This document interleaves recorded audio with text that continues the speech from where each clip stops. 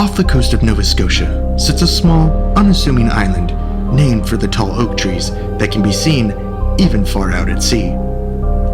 This island is rumored to have been a haven for ne'er-do-wells during the golden age of piracy in the 16 and 1700s. The area was sparsely populated in those days and offered an abundance of natural resources for those who may have found respite there from pursuing naval vessels. On this island, in 1795, a group of young men discovered an unusual depression in the ground which seemed too regular to be natural. Inspired by the long-standing rumors of buried treasure, the young man began digging into what is arguably one of the greatest mysteries of modern times. Many groups have continued the excavation that those young men started in 1795, and each time coming across tantalizing pieces of evidence of what lays at the bottom of what has now become known as the Money Pit. Wooden platforms, coconut fibers, pieces of parchment, and a stone with mysterious symbols are only some of the items which have been uncovered in and around the almost 200-foot deep hole that has been dug on the island. What is left to be found? Ancient manuscripts, lost royal jewels, artifacts that could possibly rewrite the history of Western culture contact with the New World. This case file, join Braden, Zell, and Dan in the search for possible pirate booty in The Mystery of Oak Island.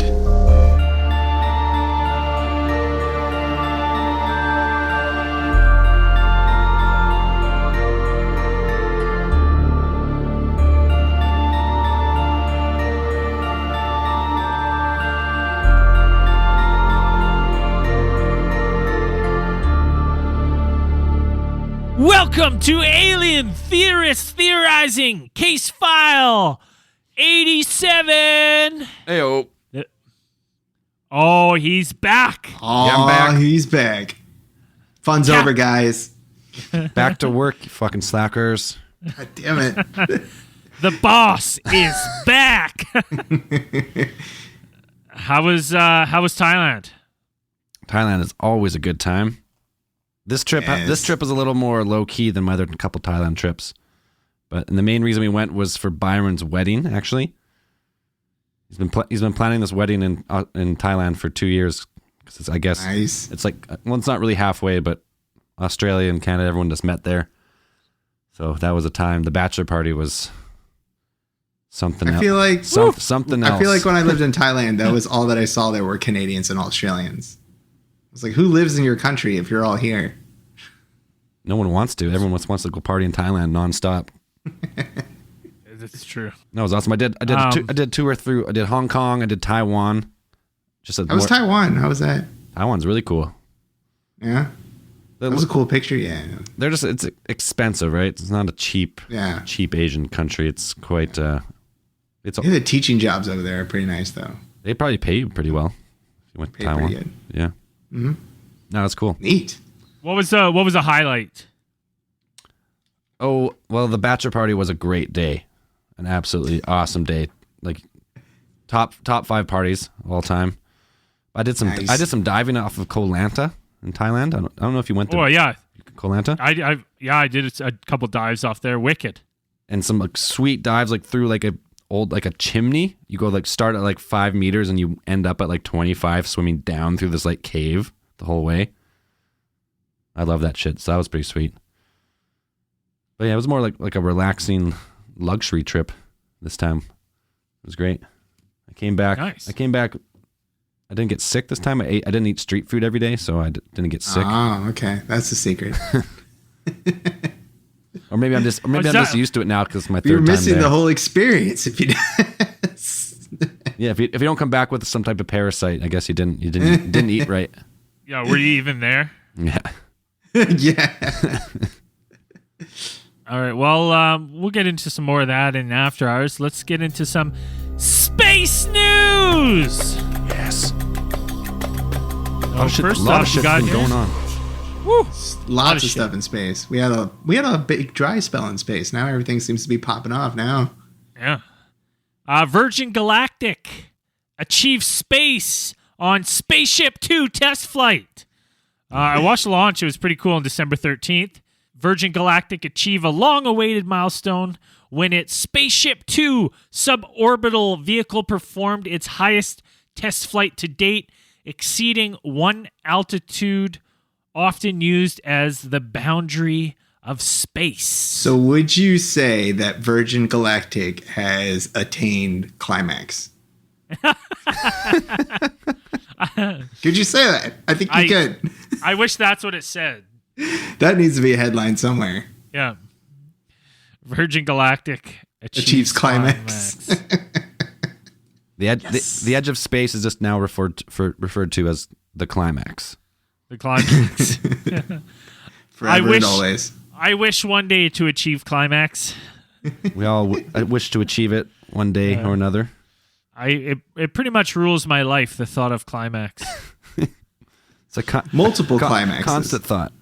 Multiple and sustainable climax. Yeah.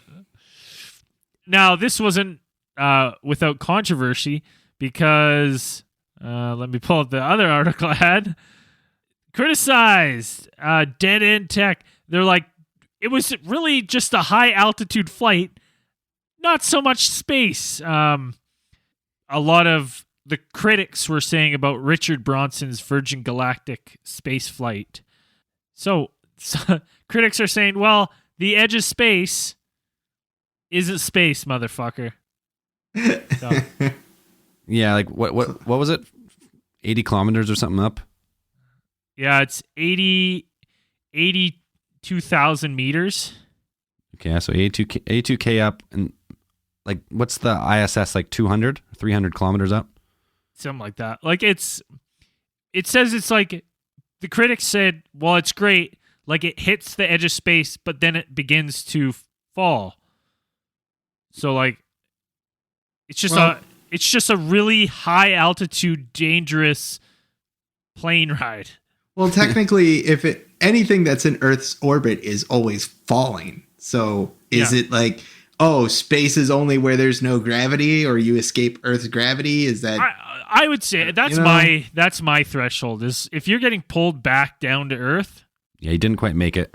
You didn't quite make it. You didn't go full climax. Okay, so the only people who have made it to space are people who have been to the moon. Well, what about the ISS? Like that's up there. Okay, the ISS. It's technically it's still in Earth's orbit, though. It's still falling. Just not. It doesn't fall. Like, well, it stays up though. Doesn't Well, it? that's how. No, but that's how gravity. Well, it's falling, and then like it just keeps falling. That's how gravity works. It doesn't lose. It's not losing altitude. Yeah, it's not coming. It's not diving back into the atmosphere and having to be put up again. Yeah, that's my.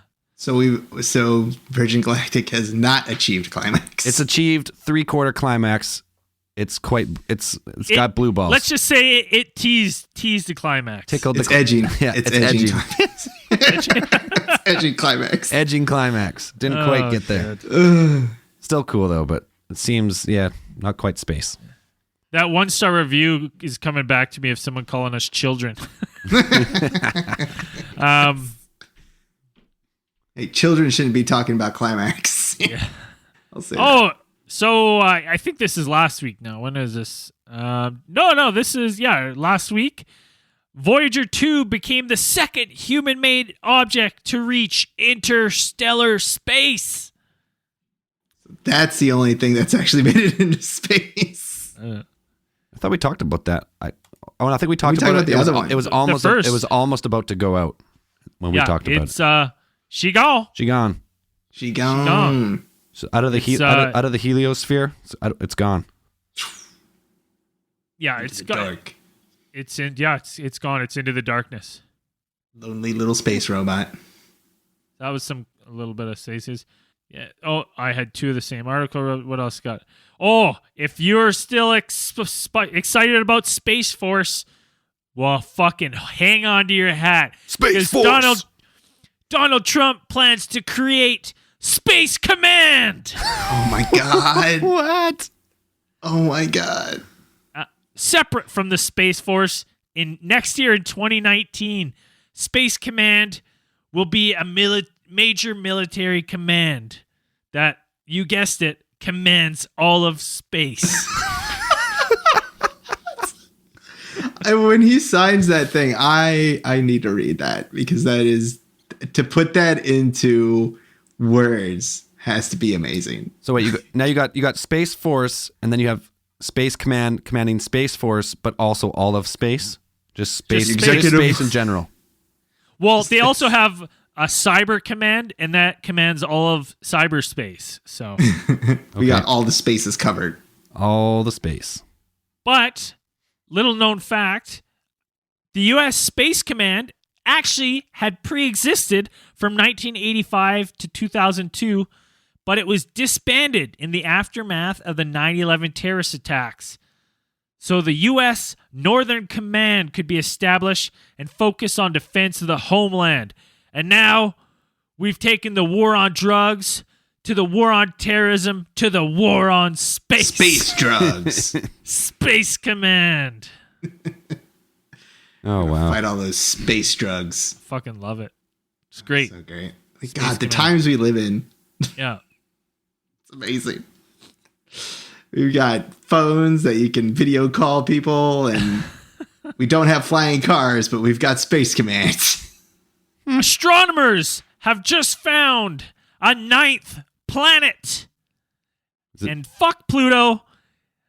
It's 3 times as far away as Pluto. It's the most distant body ever spotted orbiting our sun. What? Nibiru? That's great. Yeah, Planet X. Oh, it's far out. That's all it says. The tiny planet called 2018 VG18, later nicknamed Far Out. So we have a planet Saturn, Uranus, Neptune, Far Out. Are the planets. Was it? It was spotted by the Japanese Subaru telescope in Hawaii on November 10th. So what? yeah. It wasn't Jerry Smith. It wasn't. Wasn't Pluto is not. Wasn't Earth's great Pluto is scientist? not a. No, he did not find that. Oh. But so cool. So if you're in middle school today, you can keep those textbooks because they're right. Once again, just cross up Pluto and write Far Out. Far out. So they're actually classifying it as a planet and not some type of like subplanet. They're calling. Nope, they're calling it a dwarf planet. So it's big enough to be. Well, Pluto's a dwarf planet. Isn't that what they call it? It's not technically a planet. It's a dwarf planet. Whole planet. Either way. Okay. No, it's not a planet now. I don't think. I don't think it's any kind of planet, dwarf or not. And just come on, let's call it what we like to call them, little planets. Okay. Sorry. Yeah. Be correct here. The NASA's Parker Solar Probe had to fly pretty damn fast, but it's taken the closest picture of the sun we've ever seen. Awesome. As you can guess, it's fucking blurry ass orange photo. It's for sure. Wow. Cool. I got something cool here. What's up? China launches first ever mission to the moon's far side. Oh yeah. Yeah. So back in like 2000 and what was that 2010, they had the Chang 3 spacecraft, and it ended up succumbing to the temperature differential on the moon as it was orbiting. But Chang 4 is an upgraded version, and it's going to land on the dark side or the far side in one of the largest craters. It's orbiting the moon right now as we speak, and it's going to land sometime the end of December or early January. And it's taking a bunch of pictures, and it's pretty cool. Unmanned, obviously. Planting on the China flag on the other side. Yeah. Checking out those alien bases on the far side. Mm-hmm. They're gonna I find think them I first. read that they were gonna confirm the U.S. moon landing as well. I bet they would. It's something they would do. Well, while it's orbiting, I guess you could take pictures, and if you could zoom in far Dude, enough. here's the thing. You know what they could go up there and do just to fuck with people? Just get rid of the you go up there and there's a flag up there, just get rid of it and be like, there's no flag here. Just fuck with people. Now China owns the moon. Yeah, there's nothing. There'd be like, we have found no evidence of the United States on the moon. Could you China's imagine? Even if that was just a bold-faced lie, could you Yeah. imagine? People would lose their fucking minds. China's going to buy up all the moon property and price everybody out of the neighborhood. Nobody gets to live on the moon. Any other space news? NASA just reported that they're getting ready to go back to the moon, and they're taking sustainable structures with them this time. That's cool. Believe it when we see it. So what does that mean? Tents? What? Yes. Space tents. Space tents? Oh, cool. Oh, yeah. We'll see, NASA.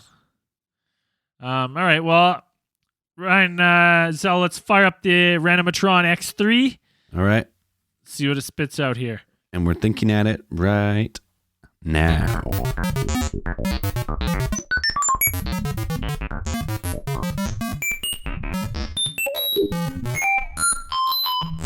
Abduction. Abduction. Damn. This was submitted. This was written by CCX Kitty. Alien abduction experience I had during my first year at uni. Ugh. I haven't really shared this with many people, and when it happened, I wrote down the date in my diary. I had people refer to this as an astral abduction. November 27th, 2017. They wrote the date wrong. They wrote November 27th /11/2017. So a little redundant, but okay. Come on. So basically, when I started my first year at uni, I lived on the campus in my dorm room and moved in around late September. Uni life was going normal and fine, but around the last week of November, I started feeling really hazy in reality, and my phone and my laptop would randomly start acting up. A couple of days before the incident, I remember being woken up during the middle of a night by a huge blinding light, and I got out of bed to open the curtains to see that it was broad daylight, and my window, which usually faced the courtyard of my dorm room halls, was on the opposite side, facing the road that leads to the forest. My uni is in the countryside. Being weird enough as it is, I looked up at the sky to see a cube-shaped UFO hover a bit above the trees before fading from sight. I blacked out after that and woke up in bed in the actual morning. I brushed it off as being a weird dream. The day after that, when I was walking around campus, I kept seeing alien imagery, although really mundane circumstances. Example, alien headprints on a girl's backpack, stuff like that. Then I remember walking to my morning lecture, which was on documentaries. I study film, and the one film they decided to screen happened to be about alien abductees. I remember getting really weird feelings the whole time watching it, and I kept thinking about leaving the lecture early because I was uncomfortable for some odd reason. After the lecture finished, I was walking back to my dorm with a friend from my course. We'll call her Agnes. And since the both of us were tired, we decided to meet up later and go back to our rooms for a quick nap. When I entered my dorm room, I changed into a t-shirt and went to bed and fell asleep almost instantly. And then it happened. I entered a hyper-realistic dream where I found myself walking across my uni campus to get to the main square, but the whole place felt off and eerily empty, except for the fact that I saw two of my friends sitting on one of the benches outside the library. Since I recognized them, I started to walk towards them, but I noticed that the sides of my vision started to blur with a soft white edge, and as I got right up close to them, the scenery changed into a strange white-tiled room. My friend J and T had a weird pallid expression on their face, It seemed really artificial. T turned to me and says, "Oh, hey."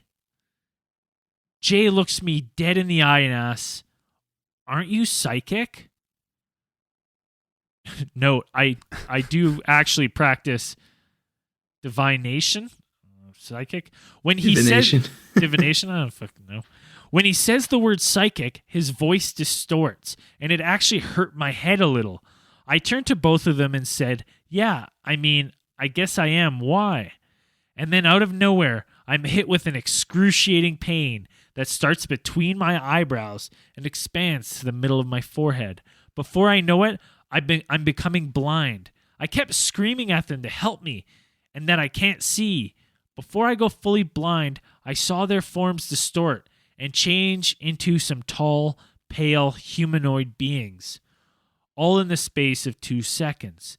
And then suddenly I see a blue light, the brightest light I've ever witnessed, appear in front of me that starts as a small hole and expands to my whole vision.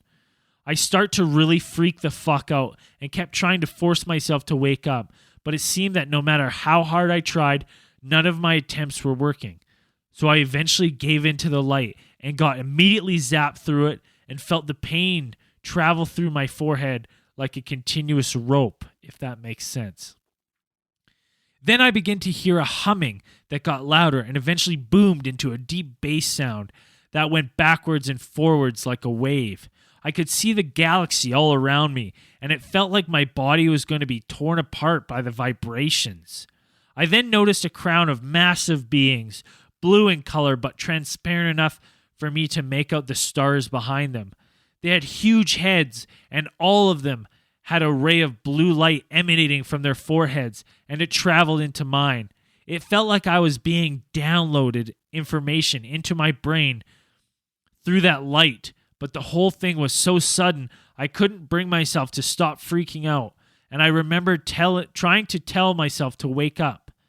Eventually, I was so resistant toward them, I felt a sudden drop, and my vision shifted into me being inside a red-tiled room. It was completely empty, but there was water dripping from the walls.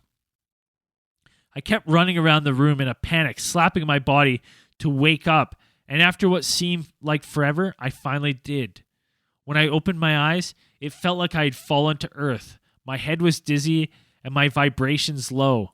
To snap myself out of it and get back into reality, I decided to check for text messages on my phone, except for the fact that when I pressed the home button, the entire screen was transparent and there was a rainbow fuzz across the screen, kind of like a no-signal white noise fuzz you see on TV. Being completely creeped out, I ran to open my wardrobe to look at myself in the mirror inside the door, but it was the same thing, transparent with a rainbow fuzz. I then immediately ran towards my bathroom and splashed water on my face for about 2 minutes, and when I looked up into the mirror above the sink, everything was normal again. I was so relieved, but I was way too creeped out to stay in my dorm any longer, so I quickly got dressed and got the fuck out of there. When I was on my way to the Uni Cafe to get some coffee, to sort of ground myself, I bumped into my friend Agnes from earlier, who had also went to her dorm to take a nap.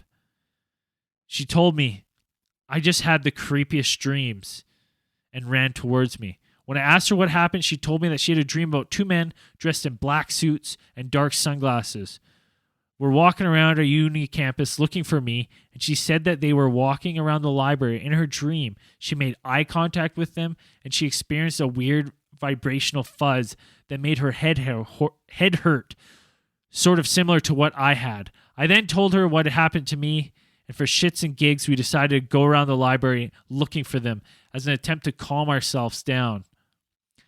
The moment both of us walked in the library, we got a headache and felt sick. And it was as if something was drawing us to get to the second floor in the silent, independent study section. While we were walking up the stairs, both of us felt heavier and heavier, like a force that was pushing us down. When we walked into the study room, through the narrow shelves of books, I got a mixture of mild panic attack and deja vu. I felt like I was floating, and my friend Agnes said that she felt like there was someone behind one of the bookshelf aisles. We both ran out of there and outside the library to get away from whatever the hell was causing us these weird feelings. When we were sitting down in the square, Agnes suggested that the long bookshelf aisles triggered a memory of me subconsciously of those long, narrow corridors you typically see in UFOs. And that moment she said that it was if my body clicked and kept going, yes, yes. I don't understand what that means. Nevertheless, for the whole day, it felt like we were being stalked by someone. And I absolutely swear to you, at one point throughout the day, we saw a pair of two men walking around the uni dressed in a suit, hat, and sunglasses. They kept looking up and down and over their shoulders as if looking for someone. We couldn't handle it anymore, and we just spent the rest of the day in her dorm room. Because how freaky everything was, we kept staying over at each other's dorm rooms for a whole week to sleep next to each other because neither of us felt safe. That's it. That was a long one. Alien. Yeah. That was a long one. Jesus. When I Was first- really long. When I first opened it, it wasn't as long. I was like, "Whoa, that's pretty long." Yeah, I mean, Oh my. a lot of people have a lot of strange experiences at uni. So, I mean, yeah. There was I didn't hear any I accounts. blacked out. I blacked out more than once. Was there? Did she have missing time? Well, it doesn't really say in the sense that she went to sleep. So she, like, from the time she laid down to the time she got up is technically unaccounted for. It's like every night you go to sleep. Yeah, I got Hey, I'm just saying. about 8 hours every night. That's unaccounted for. Every night I have missing time. Yeah, I go to sleep and it's dark outside, and I wake up and it's light. Whoa! Oh my god! I fucking wish I had that, man. I go to bed, it's dark. I wake up, it's dark. Oh, well, you're good always then. dark. You don't have any missing time. Yeah, you're good. It sounds definitely strange, but it could be just the shock of just living in a new place, sleeping in a new bed that you're not, used to. Drugs. That too. There is quite a healthy drug culture at North American universities, I'm pretty sure. Oh yeah. So oh that my could have God. contributed. And there's a lot of stuff. Substances could be abused and have effects. Or she's being taken. Who knows? But That too. it doesn't. Astral abduction. That's a new one. I haven't really. Astral abduction. Yes. Astral abduction. If these beings are interdimensional and they're not really, maybe they can infiltrate your dreams, and I don't know where I'm going with that. They can do something. It's good to be back. Yeah. All right. Oak Island, baby. Everyone's favorite mystery. Everyone's favorite mystery. The best. One of the last real unsolved mysteries of modern times. And unsolved in the fact that so many people have tried. Like, Right. the list is huge of how many different companies and like people have tried since like 1795. Right. And But they keep fucking- finding things, like little, not like big things, but I'm saying like they keep finding like little stuff that keeps them going. And I think that's kind of crazy that they just keep finding things. Yeah, it's not that big. Small island. It's 140 acres. Like it's That's big, but it's not not that big. people have been finding stuff for like a couple hundred years. Yeah. Yeah. It's because they keep digging. I mean, it's 140 acres square acres, but you still have everything they're looking for is underground. So I don't know how that would translate into cubic acres. Divide by the depth or times by the depth. So how deep I we don't know. going? 90. 100. I think the furthest they got was like 183 feet. I think it's 183. Right. That's to the bedrock, but then the water filled up the tunnels. So Right. Well, water started. Oh, okay. 176 was the farthest that I found that they got. right. At least 100. At least one person dug out down to 176. 176 feet down. The water started flooding at about 100 feet. Okay. Well, so I don't know a lot about this one. So someone take me back. Someone take me back from the start of this mystery till present day, because everyone knows about the show, The Mystery of Oak Island, Right. and some of the stuff the that they Curse found. of Oak Island. which I watched a bunch of episodes when I was in Thailand because it was the only thing on TV. But so yeah, the hype around that particular island started probably around the 1650s and 1730s, which was the golden age of piracy. There weren't a lot of European settlements around that area in Nova Scotia, and Oak Island apparently made a popular stop for pirates who were coming from colonial Boston due to the Aston. Baston. Is it Baston? Baston? It's wicked. Boston. I know this. Car key. Hold on, I gotta get car keys. Car keys. Car keys. Bastard. Khakis. Wicked cool. Wicked cool. Guys. Car keys. Baston. And I'm sure that's what the pirates sounded like when they came from Boston.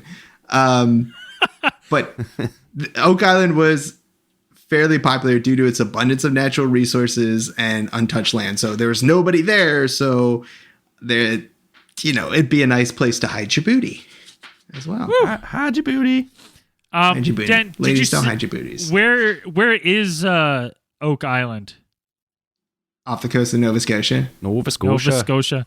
Nova Scotia. Whereabouts? Is there a what's the body of water it's in? Atlantic Ocean.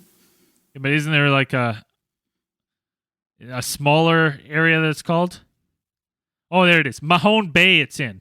Mahone Bay. And just a little throwback to our sea serpents that are going to pop up in ATT Confidential on Patreon. There may be a lake monster there called the Mahona Pogo. Get Let's out. Mahona Pogo? There's so many pogos. Oh, You'll dude. have to listen to that episode. Yeah, I haven't listened to that one yet, so I So can't many wait. goddamn pogos. yeah. Pogos everywhere. There's Canada's home of the Pogos. But anyways, so Dan, sorry to interrupt with my. No, that's fine. The actual thought of a treasure being buried on the island didn't come around until about 1795. And that was when reports vary whether it was a teenage boy or a fully grown man, but it's pretty much the name was Daniel McGinnis. And Daniel McGinnis reported later that he had seen lights flashing on that distant island off of Nova Scotia. And so he went to the island to go and explore, because that's what you do when you see flashing lights. You want to go look and see what's there. And when he got onto the island, he found a small little area where he noticed here it kind of differs. Some say that he found like a large circular depression in the island's ground, signaling that something could have been buried there. And there's also mentioned that him and two of his friends that he brought with him found what looked to be like the remains of like a rope and pulley system from a ship's, like from a sail ship, that looked like that it had been placed near a tree where they could have lowered something into the ground next to that tree. So they figured something was buried there. And because they knew about the kind of pirate legacy that this island had, they decided to start digging. So McGinnis and two of his friends that he brought with him started digging in this hole. And when they got down to about 10 feet, they said they found oak timber platform, the first one, because they dug another 10 feet and they found another one. And they dug another 10 feet and they found another one, all the way down to about 30 feet. And this is where they realized, because when you're in a 30-foot hole, I think you still want to go further, you think that maybe we should be doing this with more than just our shovels and buckets, because that's what they were using. That's crazy that they dug 30 feet with shovels. Right? Yeah. That's unbelievable. How long were they at this fucking hole digging? You had to be doing. I don't know. It's not clear on the time span of like how long they kept working there. But Let me tell you something. There was no what year was this? This was like late 1700s. What the fuck else are you gonna do, Zell? Well, I'm saying you can. What else you got to do during the day? Think about 30. Think about 30 feet. A 3-story house. You're digging in a pit 3 stories down, so and you're far. shoveling dirt up like 3 guys. Yeah, just like hand tools, like shovels and Here, that's That's pickaxes. a lot like, of dirt. And think of the rocks you'd find on the way down. That'd be a hard dig. I'm telling you right now, the three of us, you put us in the woods and we find a depression and we have no modern technologies and we're just living out in the woods and stuff. And you're like, hey, look at this depression. Like, you guys want to dig? And we're like, yeah, sure. Let's see if there's something there. And we find like a plank. I would stop at like 10 feet. I'm telling you, we'd be so bored. You'd be like, hey, you guys want to go work on that hole? Like, sure, I guess. We'll What else go we gonna dig do? that hole. I'm gonna tell you something. We're not getting down 30 feet, but we would try. I think we get 10 feet and we give up. 30 feet. Yeah, feet I is guess maybe deep. it's not like a. I don't know how wide it was. That's what I'm thinking. I'm like, I don't know exactly how wide it was. Because maybe if they got 30 feet down. Because I'm picturing just like a 30-foot hole, you know? Like maybe 10, 15 feet at the top and then just like straight down. That's what I'm thinking. Well, like those kind of holes Which are hard is- to dig because like they Right. have tendencies to slough in on themselves. So you usually have to dig like Yeah. with a huge angle to get down so deep. Yeah. And that's what I was thinking, but maybe it was, that's what I keep picturing in my head, but I'm not a professional excavator, so I don't know. But yeah, when they got down to 30 feet, they said that, we're going to need better equipment for this. And also, some people said that they had an overwhelming fear or uncomfortable feeling when they got to about 30 feet. So it made them kind of stop for a minute, which is a little bit strange. Of course, if I dug down 30 feet, I'd probably start feeling strange about digging 30 feet. You're in a that I'm fucking huge underground. hole. You know? Yeah. It's creepy. If you've ever been in a 30-foot, I mean, just like going into a cave, you feel weird. Like 10 feet underground feels weird. So 30 feet, I can't imagine. Whatever it is, it's impressive that they did it. Just it's crazy. Right. So they returned the next year and several times after that because it became kind of an obsession. But they said that they could never get past. They got farther than 30 feet. They got down to at least 108 feet, but they couldn't go any farther because whenever they hit that mark of about 100 feet, water would fill in the pit, and they couldn't figure out how the water was getting in there. So there is this kind of rumor that is, if you've looked into Oak Island, there's this kind of rumor that kind of floats around what they labeled the money pit, this hole that they were digging down to find whatever's at the bottom. And the rumor was, or there's a curse on the money pit on Oak Island saying that to find whatever's at the bottom, 7 people have to die. It's kind of a super creepy.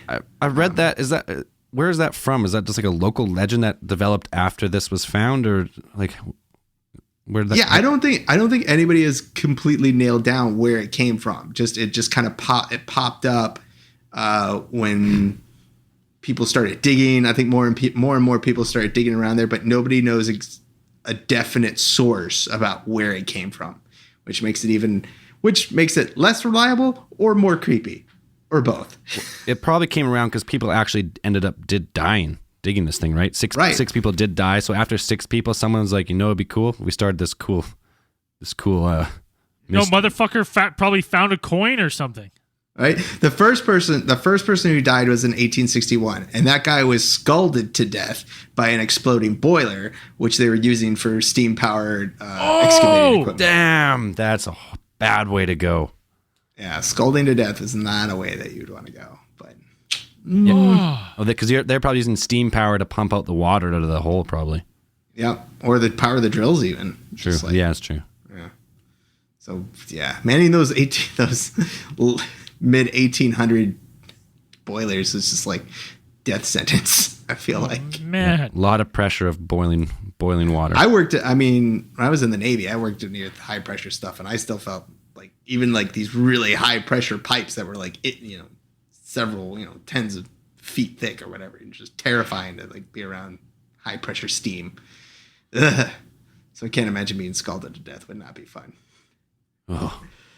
So that same year of 1861 brought around the formation of the Oak Island Association, which was made up of a bunch of treasure hunters, and they tried to find a new way to secure the treasure. What these guys thought up was that they would dig 2 holes on either side of their original hole, which was excavated. Good idea.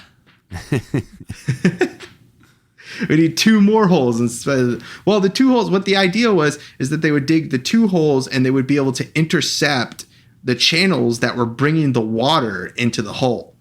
Oh, So that was the idea. Because Yeah. And so if they were able to stop the water coming into the hole, then they could dig farther. then you can go into the original hole.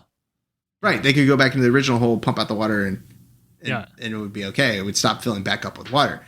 Well, one of the holes missed the channel, or appeared to miss the channel. And then the second one seemed to be working. But then when they dug a little bit further, water still got into it. And fail. so they still couldn't do anything about it. So they still weren't sure about where the water was coming from. So between this is like 1861, like 1862.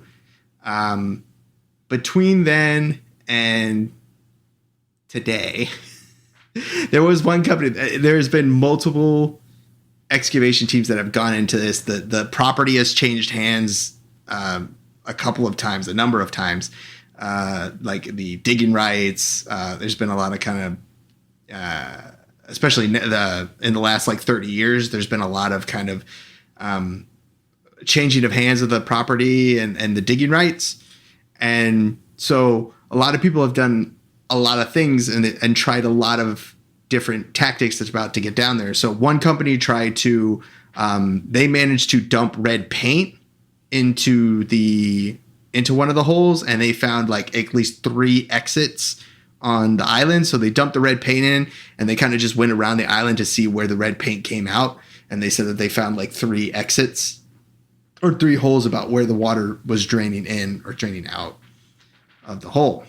Now, is this where Which is is this where the theory connects that they think that these water avenues that's getting into the pipe or into the pit, is this where they think that's like a booby trap and it was meant to, as they drilled down, was to break and actually filled with water on purpose? I came across that theory that these were actually like booby trap. Right. Yeah. One of the digs was reported to have found a stone in the inside. This is one of the actual kind of that people kind of cite as evidence that there's something down there, because they found a stone which had strange inscriptions on it. And this one, they said that when they pulled it out, that's when the hole started filling with water. So people said that, oh, this is that was a booby trap. This was intentional, that you get down to a certain point and then the water just fills in, so that way you can't dig any further. It seems so weird that, because they cite this like rectangular like rock with weird inscriptions, which they somehow translated to 20 feet down. There's 2,000 pounds of treasure or something, but there is no picture and there's no evidence that this thing ever even existed. It's disappeared. Right. It's mostly it disappeared. I think they had some transcriptions of it that made around, but yeah, it's gone. Like somebody says they have found it, but nobody really knows where it is. Like one of the original owners or the original possessors of the stone said they found it, but they won't release it or they won't tell anybody where it is. So it's kind of one of those.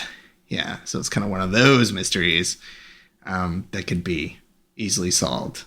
But yeah, when they found that stone originally, this is what brought about the idea that it was booby trapped. So this makes people even want to dig even further. Like it makes them want to dig even more. So if, these are booby traps, what's really down We there? have to keep going.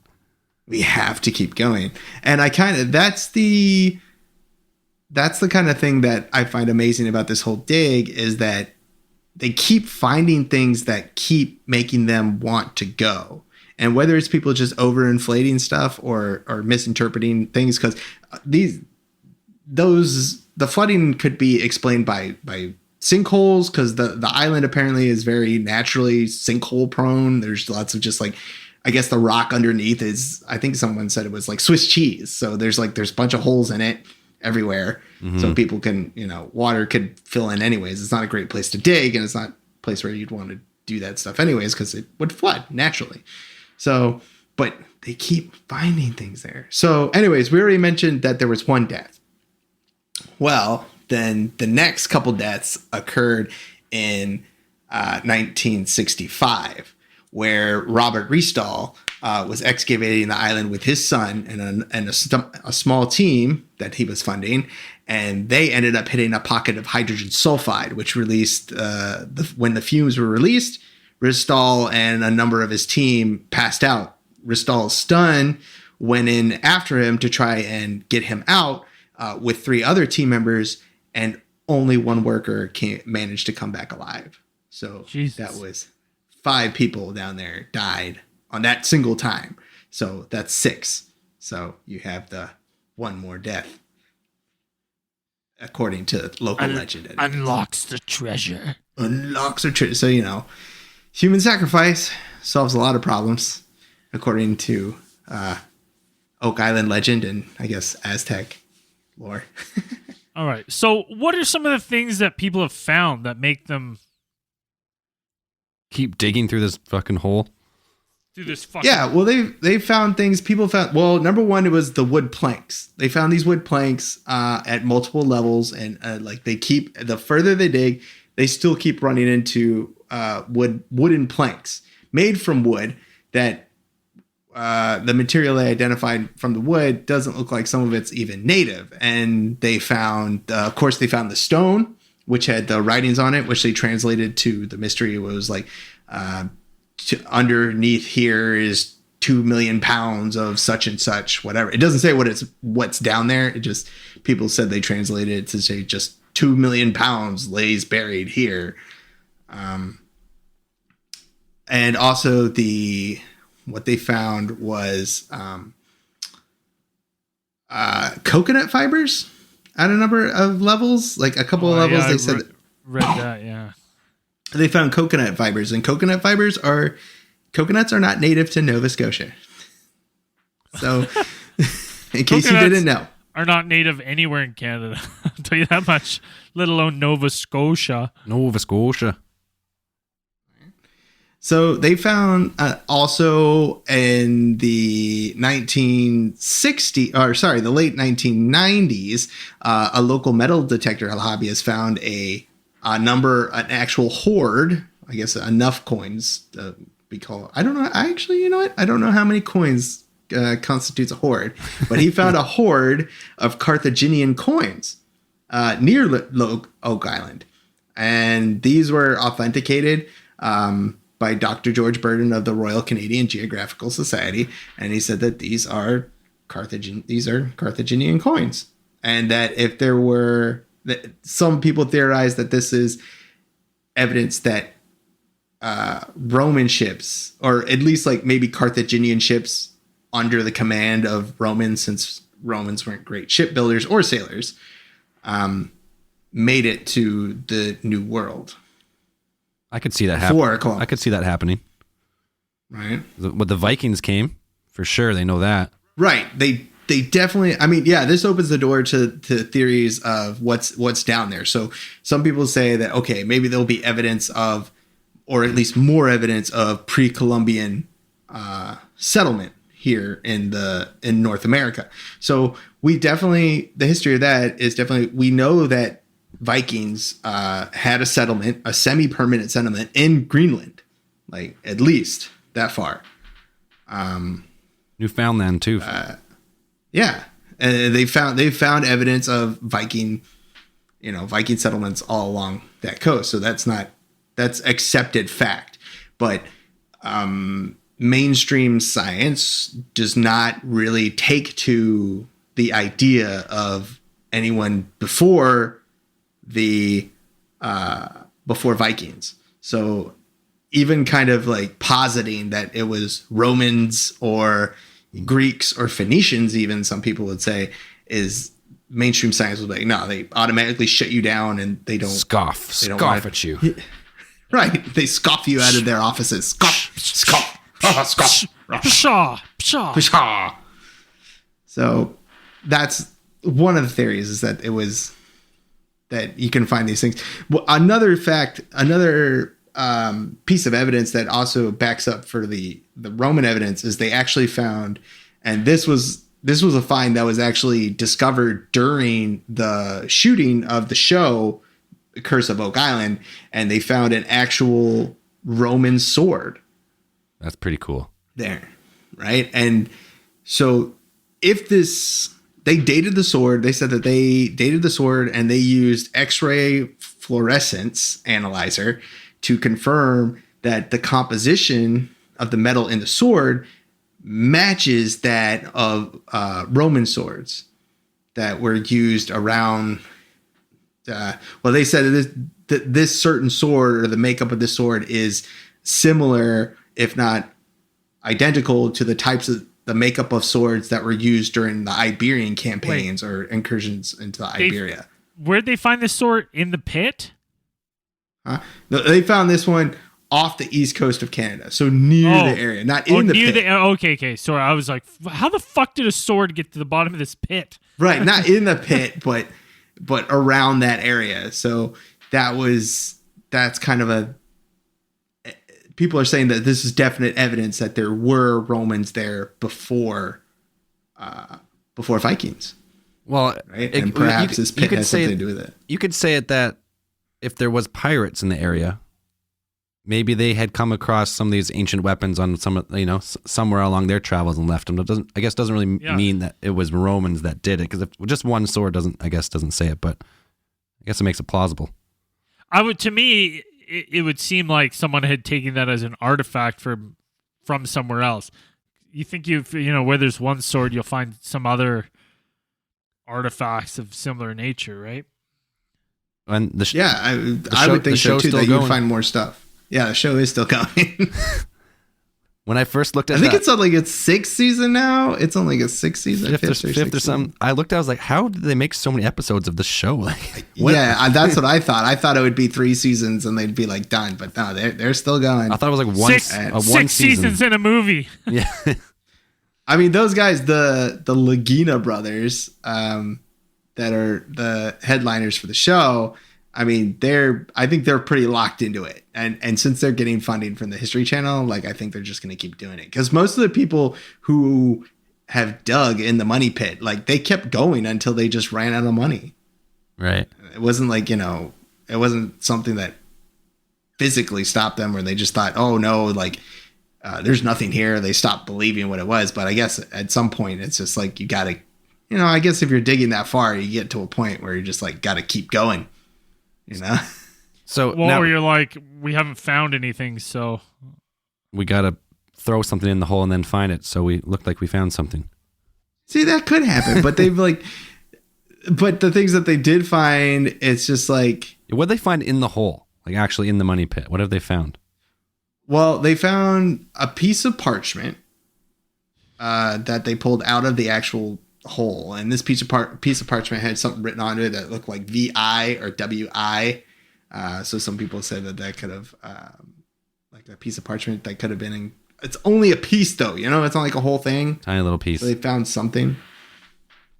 There is one company that lowered video cameras, or they lowered photographic equipment into one of the holes that they dug, and they said that they saw from the photos chests, what looked like wooden chests, and also a hand that had been severed at the wrist. But the picture photos aren't that great, and I believe they're also confidential. And yeah. So it's like, yeah, but then that area that they lowered the camera into also flooded or caved in. So there's that. Right. It's the fact that people just find things, and it's just like there's little bits and pieces of things. But that also, they found in the area, they found crossbow bolts, and these crossbow bolts that they found in a piece of wood there, these were tested by a U.S. military weapons testing lab, and they showed that these bolts were from Iberia, and Iberia is the area in Europe which is like Spain, basically. Right. Most of Spain and like part of France. And this one was found during the show as well. And the Laginas said that they, when they contacted an expert at a major U.S. university about these bolts, they got the response of, they kind of quoted as saying, "Do not use our name. do not involve us in this. Do not name the university. Do not even tell anybody you sent these to me. These are dangerous. They are dangerous to my profession. I don't want to be involved in any way. And you know what? I actually remember that part in the show. That was in one of the episodes that I saw. And Because of some bolts? because of some crossbow bolts, because it would challenge the idea of if you had these things like the bolts were embedded in wood, so that meant that if they were embedded in the wood, that means that they had been fired into the tree, and then the tree grew around these crossbow bolts the way that they were embedded in the wood. So So they had been there for a really long time. so those trees must have been fucking damn big. Yeah. Like that. How long would it have been? Like 500 years? Well, it would probably be like if it were Roman, where they dated the sword that they found, that one would have been like 800 years before.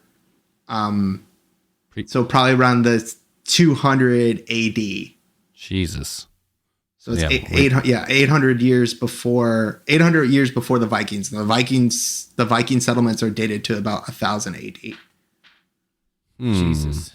So, okay, I just want to go back quickly because you said that one camera crew, this was back like 40 years ago, right? That they said they found or seen treasure chests in a hand, like a body down there. Yeah. Yeah. But in the first two, I only watched the first two episodes of the show, and they actually found bones in the pit. Not in the money pit. They drilled a pit beside called like X10. They called it the X10 pit.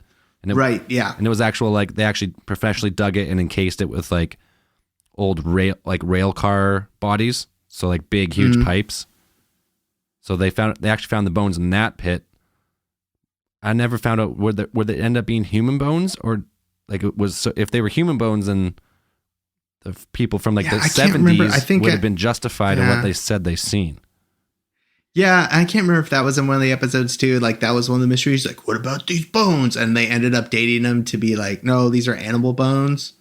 And if they were people bones, like it could have been, if you're digging these giant holes, I would assume that maybe somebody could have fell in one, in between the, you're saying that they were buried there, like they weren't in one of the holes, right? They weren't in one of the holes that had already been dug.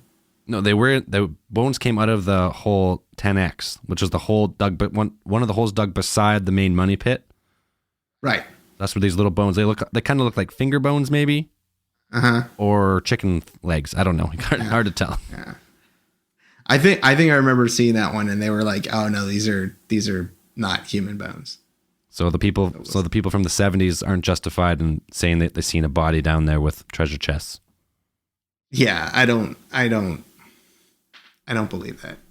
Like, yeah, that was in the 70s. That was the 70s was when the Triton Alliance was formed. And so from 1970 to about like 2005, like the Triton Alliance are like three guys that kind of work together. And then they also ended up having a falling out. But yeah, when they lowered the video camera down there, that they're the ones that claimed that they had recorded an image of what looked like a human hand and maybe human bodies holding what looked like chests, treasure chests or something like that. But I can't put my money behind that. Yeah. I want it to be pirate treasure so bad. Like I really do. What's the one I can't find the link now, but I read somewhere that someone believed the pit was used to hide the manuscripts would implicate that Francis Bacon was actually the author of William Shakespeare's works. It's the stupidest theory I've ever heard. I was like, some fucking pit in Nova Scotia? Right? And then why would you dig it like more than 100 feet to hide some books? Like, why don't you just burn them? Like, wouldn't that be the thing to do? Where does that theory even come from? Where's the connection point? What's the best way to get rid of these manuscripts? Let's bury them. Wait, couldn't we just burn them? No, bury them. Where are you going to bury them? We found this new land called Nova Scotia, and we're going to sail there. We're going to find a little island, and we're going to dig a big pit. You're like, Oh yeah, that's a good. Sounds like a great idea. But where does that theory come from? Why does someone make that connection? Like, you just pull it out of thin air? idea. Like, I read that and I was like, okay, well, is there like, did they find like a piece of writing that was like Shakespeare or something there? Like, where? I guess we'd have to read the book, The Oak Island Enigma: A History and Inquiry into the Origin of the Money Pit. Yeah. So, I don't. It's like it's based off the works of like some like cryptographic stuff that people have written, and they said that they found ciphers in Shakespeare's plays and poems. Which, I mean, Shakespeare was a great writer. I mean, unless it was Francis Bacon, but whatever. Shakespeare's plays are great and his poems are great. And I mean, you could draw a lot of connections just because he's a good writer. And I don't, you could draw connections to anything, but they say that these ciphers indicated that Francis Bacon was the actual author of these plays and these poems. And then another researcher named Mark Finnan used like they all kind of just like, I don't know, a bunch of guys just kind of got together and be like, this is a good idea. I don't really see how they draw a connection to here. Yeah. Like, it's like they all kind of just got together and be like, yeah, that's where you would bury all these the original manuscripts of Shakespeare's plays that show that actual I don't know how you would tell they were actually Francis Bacon's, but these are all Shakespeare's plays and it has by Francis Bacon on it. Like, how would you do that? Yeah, I don't know. That theory for me is like, okay. Yeah, I'm not. Also read that Francis Bacon had organized a secret project to make Oak Island the home of its like legendary vault to conceal ancient manuscripts and artifacts. See, I could do that. I could get behind that. They some cryptographers and researchers have claimed to have found codes hidden in Shakespeare, rock formations on the island, and clues hidden on other 16th and 17th century art and historical documents. See, I could get by. I could just the sheer. I mean, you're digging down 100 feet and you're still finding wooden panels, like wooden platforms and booby traps. Apparently, flooding, which would be like the easiest kind of booby trap to kind of set up, I think, in a island has the geographical similarities of Swiss cheese. I'd be like, yeah, like if you were gonna bury stuff, like this is where you'd bury it. I don't know. They're all one of the other theories that I kind of like as well is that this is where Marie Antoinette's jewels are buried. How do they come up with that one? Wait, Marie Antoinette's jewels are actually still missing. And like there's actually a little bit of stuff validating this one recently. They found Go jewels ahead, in the pit.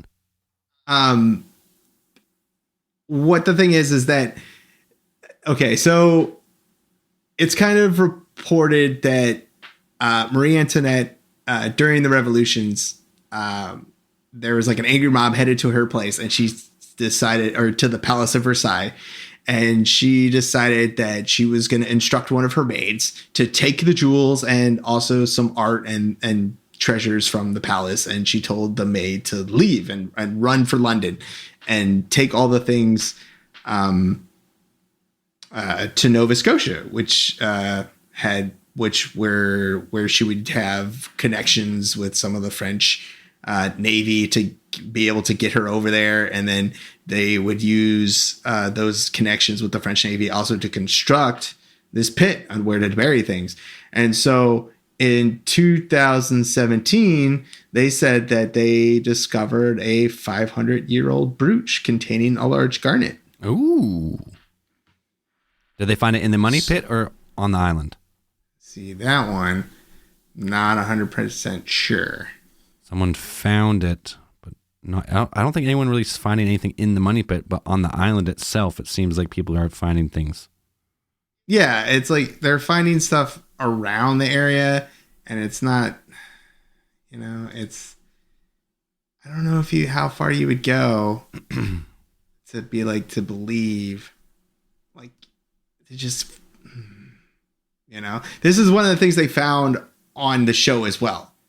So, they found the sword. They also found this brooch that had a 500-year-old faceted red gemstone, which was, marketed as garnet.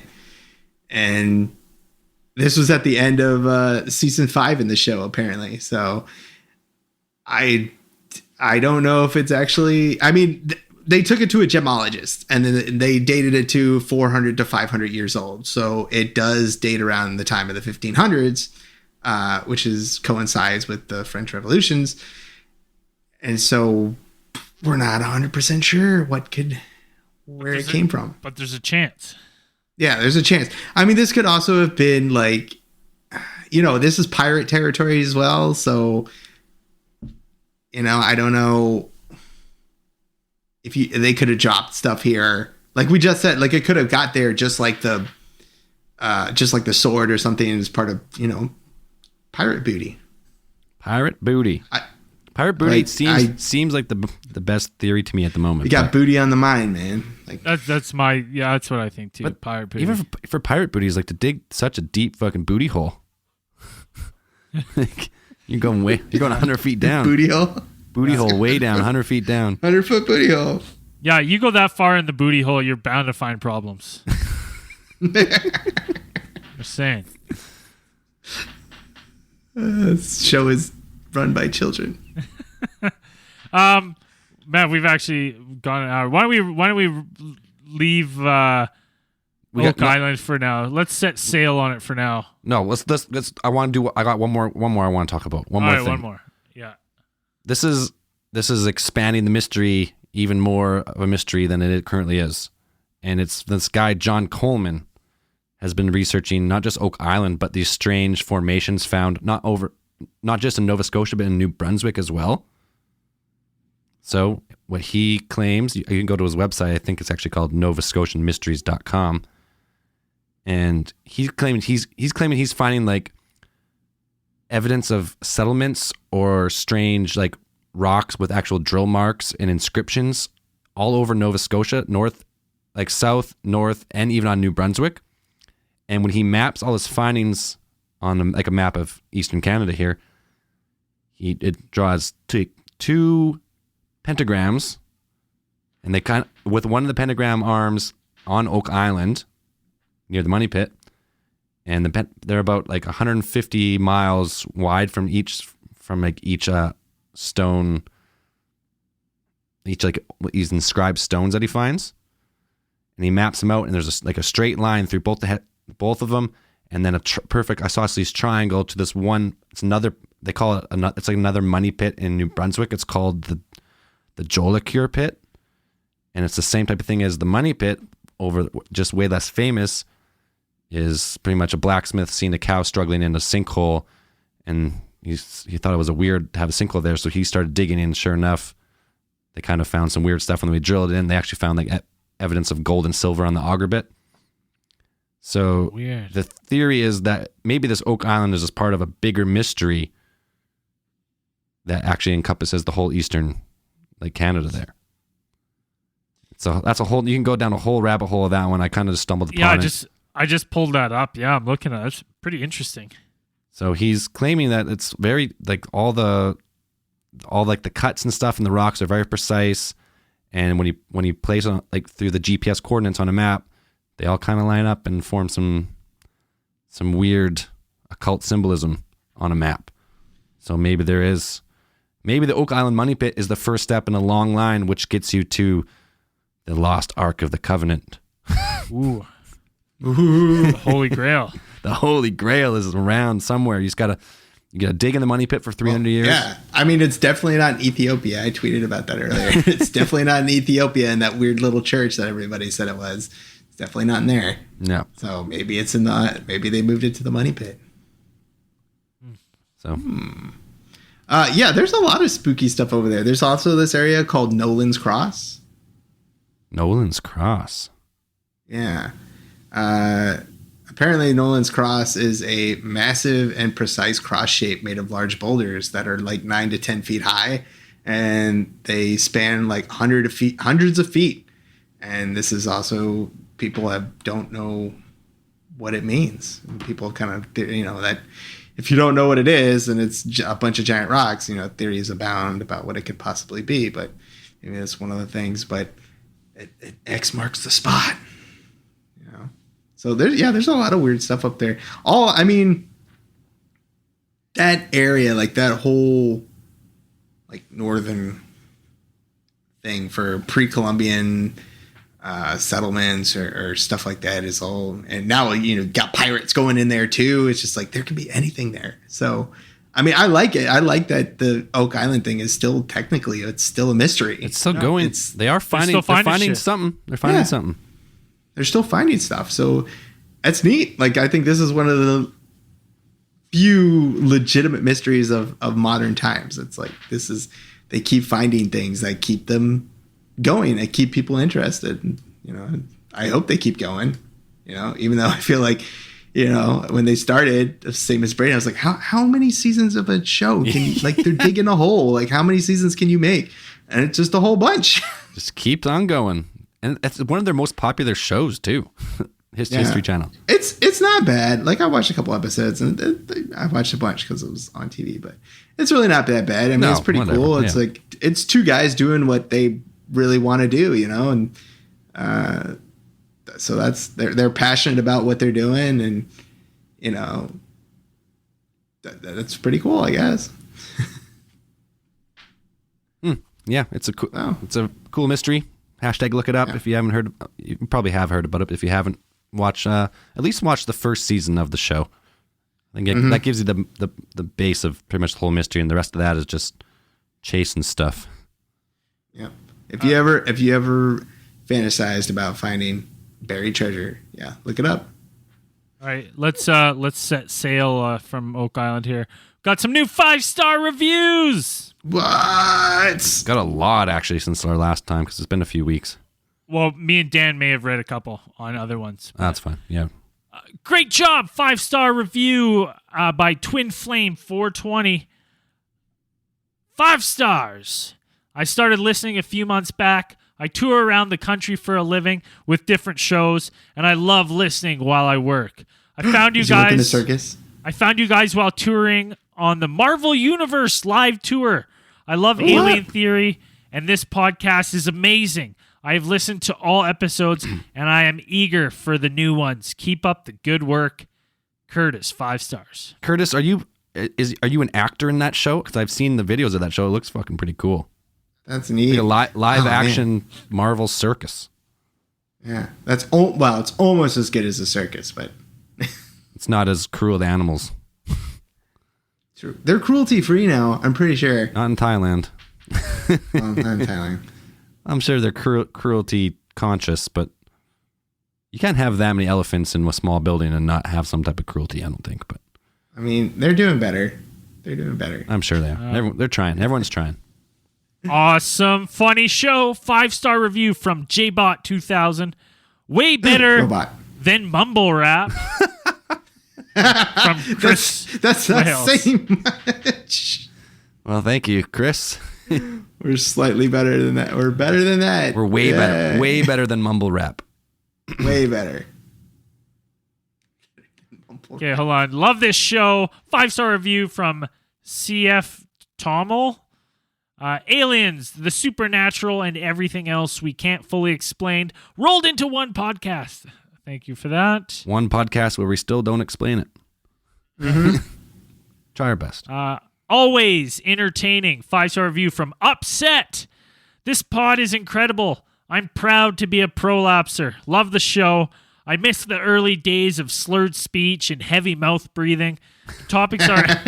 The topics are entertaining, informative, and push me to learn more about conspiracies. Thanks, boys. Cheers. Whoop.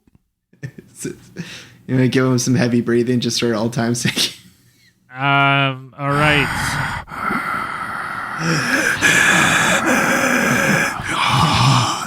That was pretty much just Mr. Conspiracy.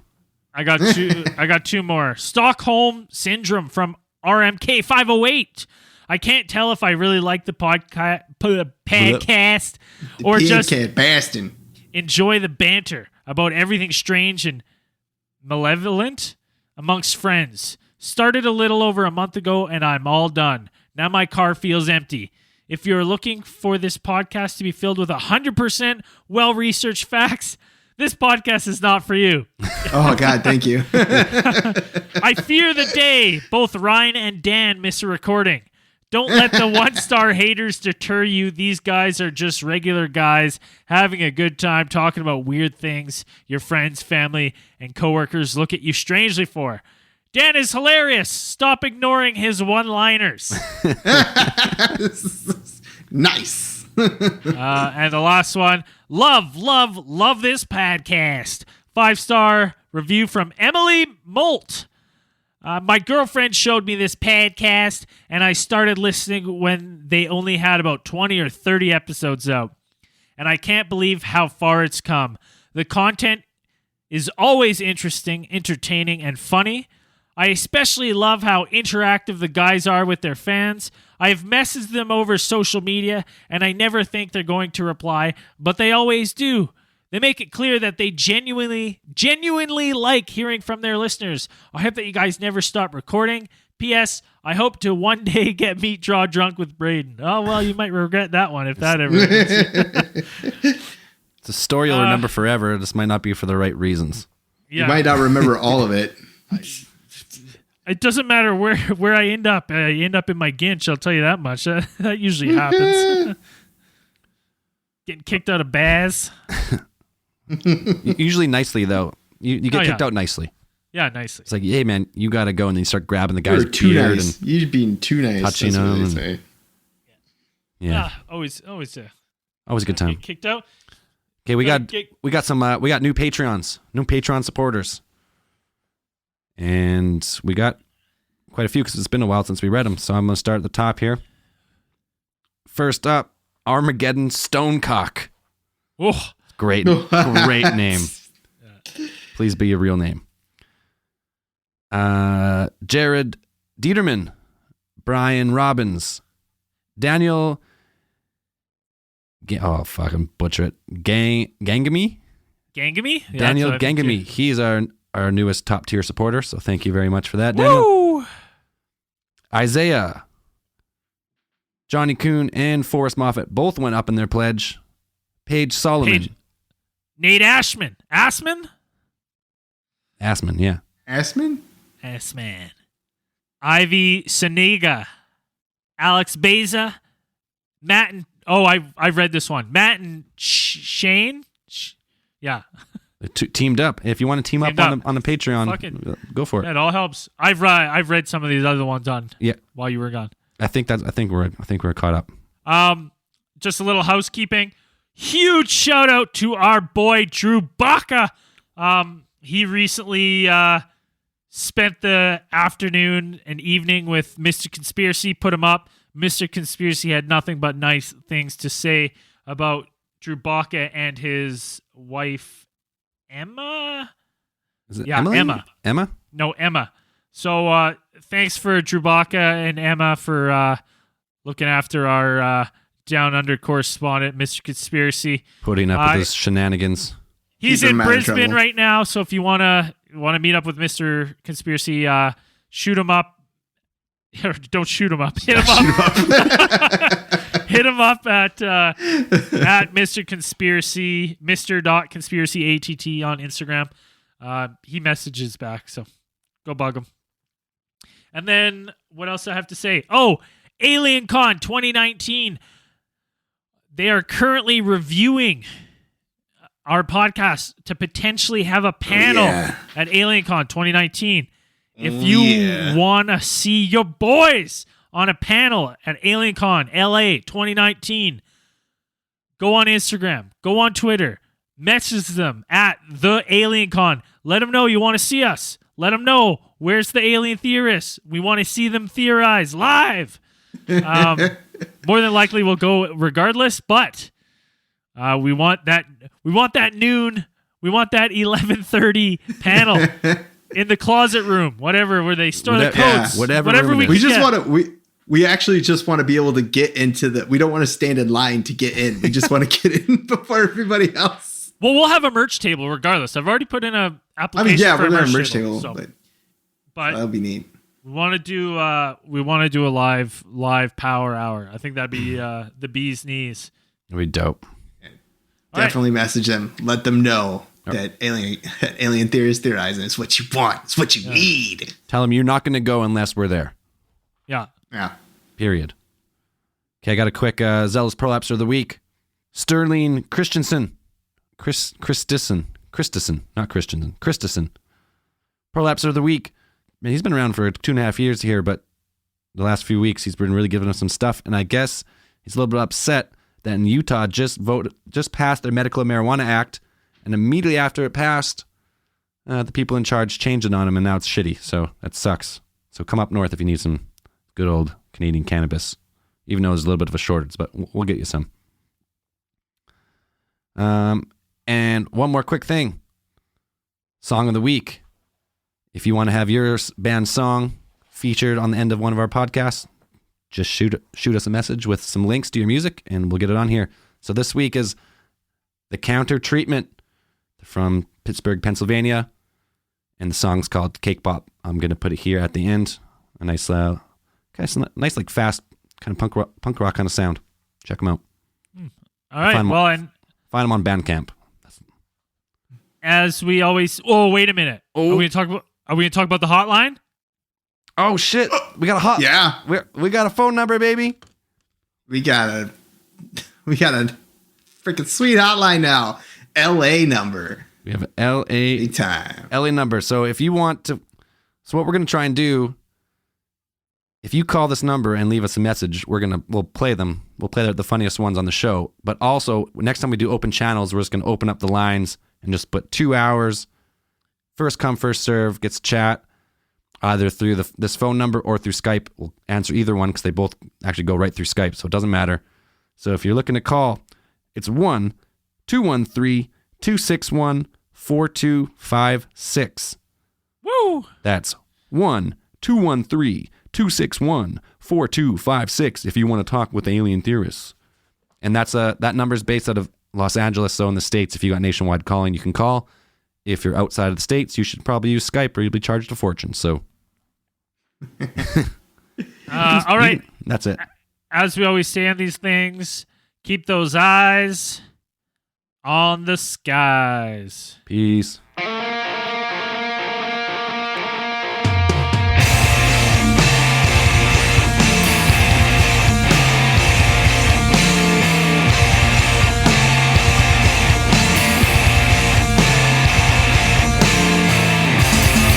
I lost myself in the golden lights. Can't find my ways to better days now that you're gone. Taking everything I had all along. There's no comfort inside these walls. No, there's no comfort, not here at all.